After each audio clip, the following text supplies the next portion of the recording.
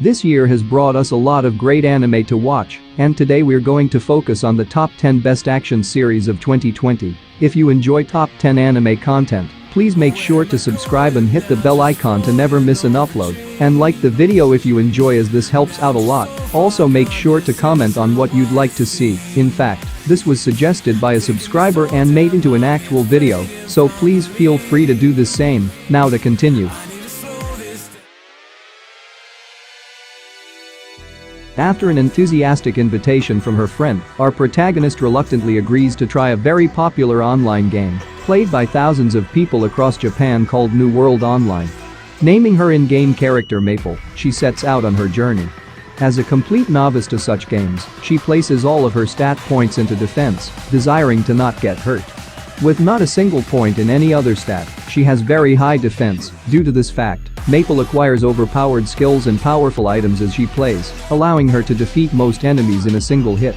After only a few days of playing the game, she comes third place in a server-wide event, gaining a reputation as a player who is unbeatable. She is still learning as she goes, and as she progresses through the game, she meets new friends and acquaintances, helping her complete new levels and events.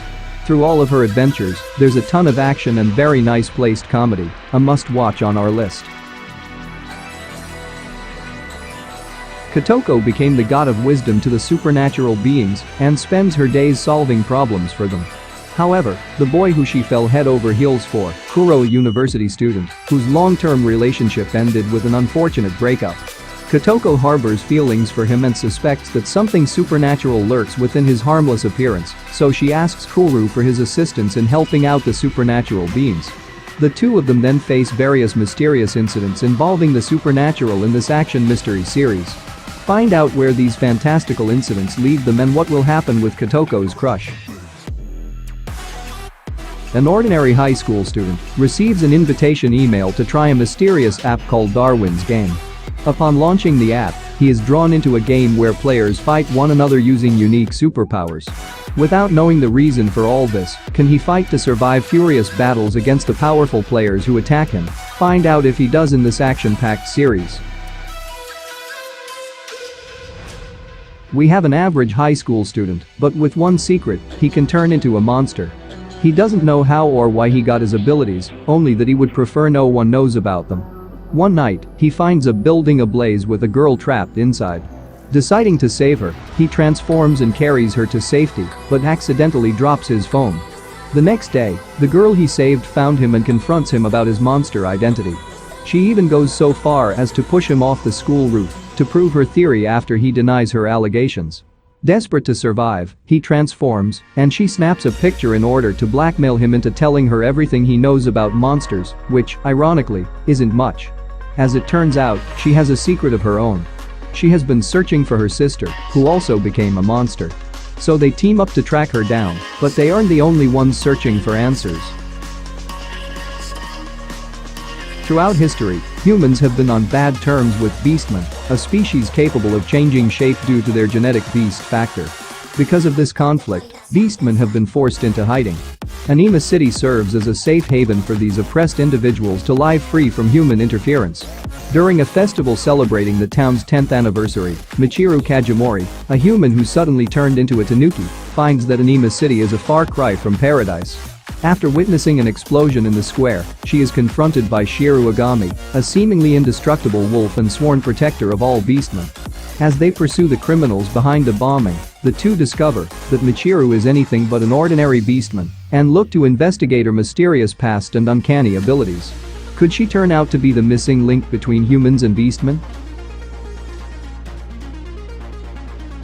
Bam had been alone his whole life until he met Rachel. Now, however, Rachel is set on climbing the tower, and she is willing to leave Bam behind to do so. After Rachel disappears in a veil of light, Bam follows her, vowing to ascend the tower in hopes of meeting her again. But the tower is a dangerous place full of ancient secrets, fearsome monsters, and nefarious humans. Each floor is protected by an administrator who puts the daring challengers through grueling tests that will push them to their limits. As he confronts Heaton, the administrator of the first floor, Bam learns that he is an irregular, someone who was not chosen by the tower, but was able to enter it on his own, an extremely rare event inside the tower. Regardless of this revelation, however, his path forward is clear. Be it riches, power, glory, or even reuniting with Rachel, all desires will be realized at the top of the tower. The bustling metropolis of Kansai, where cybernetic screens litter the neon landscape, may seem like a technological utopia at first glance. But in the dark alleys around the brightly lit buildings, an unforgiving criminal underbelly still exists in the form of fugitives known as Akudama. No stranger to these individuals, Kansai police begin the countdown to the public execution of an infamous Akudama called Cutthroat, guilty of killing 999 people. However, a mysterious message is sent to several elite Akudama, enlisting them to free Cutthroat for a substantial amount of money. An invisible hand seeks to gather these dangerous personas in one place, ensuring that the execution is well underway to becoming a full-blown bloodbath.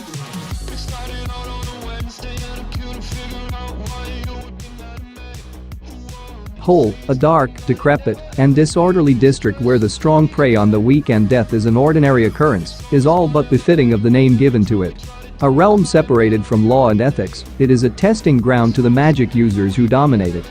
As a race occupying the highest rungs of their society, the magic users think of the denizens of Whole as no more than insects. Murdered, mutilated, and made experiments without a second thought, the powerless Whole dwellers litter the halls of Whole's hospital on a daily basis. Possessing free access to and from the cesspool, and with little challenge to their authority, the magic users appear indomitable to most, aside for a few.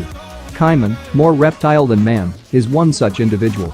He hunts them on a heedless quest for answers with only a trusted pair of bayonets and his immunity to magic.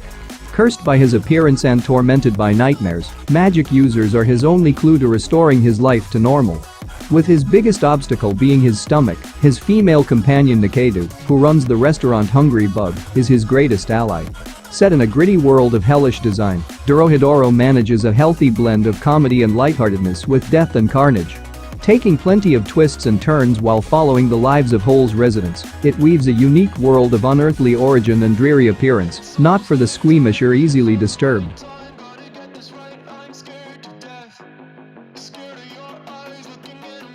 The God of High School tournament has begun, seeking out the greatest fighter among Korean high school students. All martial arts styles, weapons, means, and methods of attaining victory are permitted. The prize? One wish for anything desired by the winner. Taekwondo expert Jin Morai is invited to participate in the competition. There he befriends karate specialist Han Dae-wai and swordswoman Yu Mi-ra, who both have entered for their own personal reasons. Morai knows that no opponent will be the same and that the matches will be the most ruthless he has ever fought in his life. But instead of being worried, this prospect excites him beyond belief. A secret lies beneath the appearance of a transparent test of combat skill, as the tournament claims to be, especially with the Korean political candidate Park Mu-jin watching every fight with expectant, hungry eyes. Morai and his friends are about to discover what it really means to become the god of high school.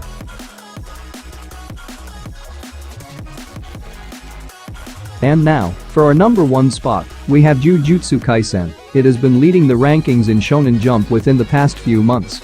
Such consistency and success have given way to the series' first anime within the past fall season, and it has made a tremendous impression since episode 1. Hidden in plain sight, an age-old conflict rages on where supernatural monsters known as curses terrorize humanity from the shadows, and powerful humans known as Jujutsu sorcerers use mystical arts to exterminate them. When high school student Yuji Itadori finds a dried-up finger of the legendary curse named Sukuna Ryuman, he suddenly finds himself joining this bloody conflict.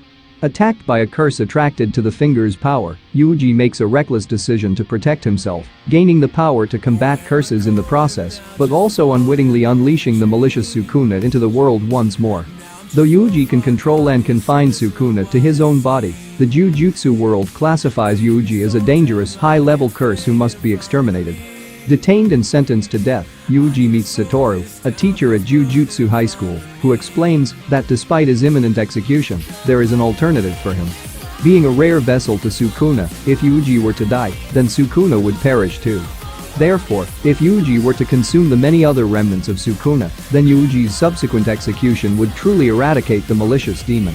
Taking up this chance to make the world safer and live his life for a little longer, Yuji enrolls in Jujutsu High, jumping headfirst into a harsh and unforgiving battlefield. And that brings us to the end of our video. If you enjoyed it, please leave a like and subscribe to the channel if you'd like to see more. And don't forget to comment on what you'd like to see next. Thanks for watching, and we'll see you soon.